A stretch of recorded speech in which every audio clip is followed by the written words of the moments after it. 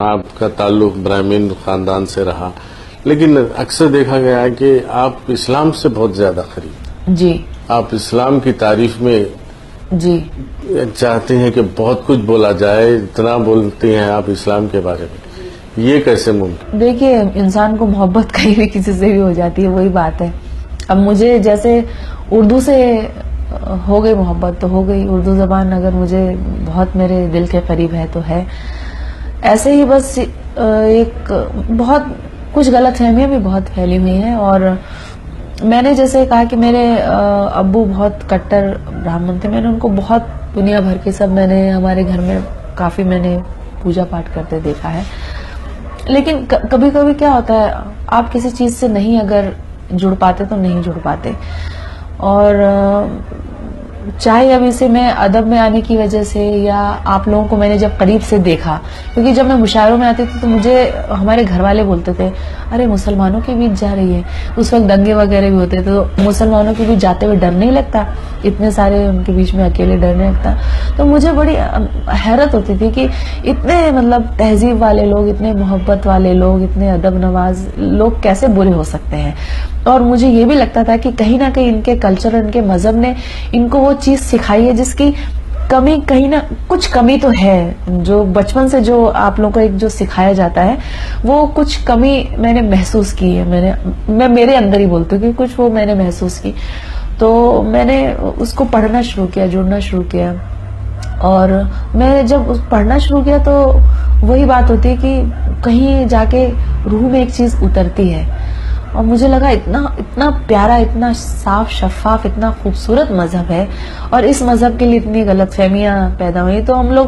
اور کچھ نہیں تو کم سے کم اوپر والے نے اگر یہ موقع دیا ہے کہ اگر ہم کوئی بات سمجھا سکیں تو میں سمجھانے کی کوشش کرتی ہوں۔ اور ایسا نہیں ہے کہ جو میرے آس پاس میرے قریب بھی ابھی میرے رشتے میں بھی ایسا ہوا ہے کہ میری ایک بھابھی مشاعرہ سن رہی تو وہ، اور میری ایک فرینڈ مشاعرہ اشارات کیا تھا یوم خواتین کے موقع پر، تو انہوں نے تب بولا کہ ہم پہلی بار اتنے مسلمانوں کے بیچ میں آئے ہیں، پہلی بار بڑے عجیب سے لگ رہے تھے، تو بعد میں آج وہ لوگ بولتے ہیں کہ دھیرے دھیرے ہاں تھوڑی ہم لوگوں کے ڈر وہ دور ہوتا جا رہا ہے اور وہ غلط فہمیاں دور ہوتی جا رہی ہیں۔ ان لوگوں نے خود نے بولا کہ آپ کے پاس اگر کوئی کتاب ہو تو ہمیں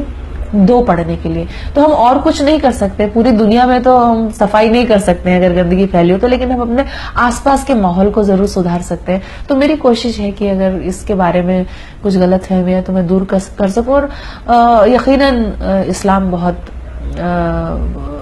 بہت ہی اچھا مذہب ہے، اور میرا